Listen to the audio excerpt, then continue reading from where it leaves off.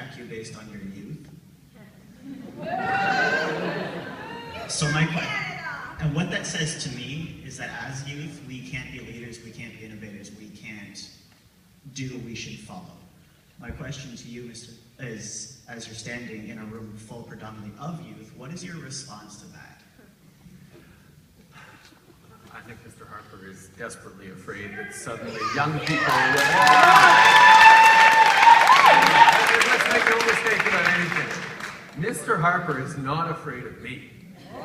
He's afraid of you. He's afraid that young people are going to stand up and start demanding better answers, demanding long-term solutions, not accepting simple bashing of opponents as a primary campaign strategy.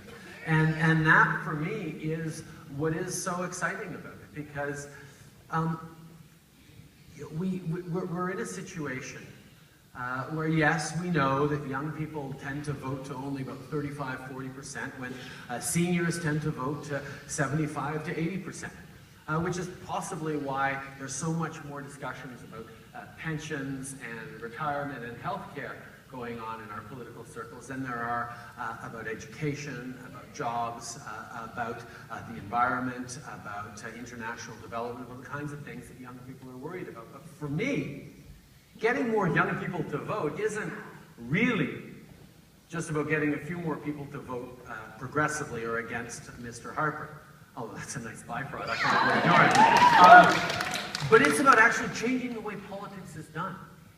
When you ask young people what their priorities are, you guys will talk about, like I said, climate change, issues of globalization and poverty, resource depletion. That was the word I was looking for earlier. Depletion.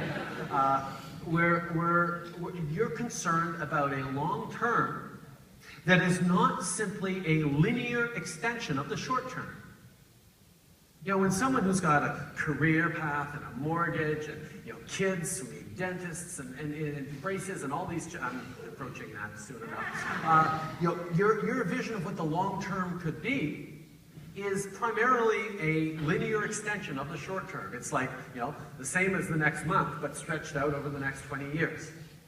Well, what's exciting to me about all of you sort of university age, younger and a bit older, is that you're willing to imagine a future 20, 30 years ago, from now that is not just a straight extension of what the present is, but you realize there's going to need to be leaps. We're going to have to shift. There's going to be exponential growth. There are going to be real changes.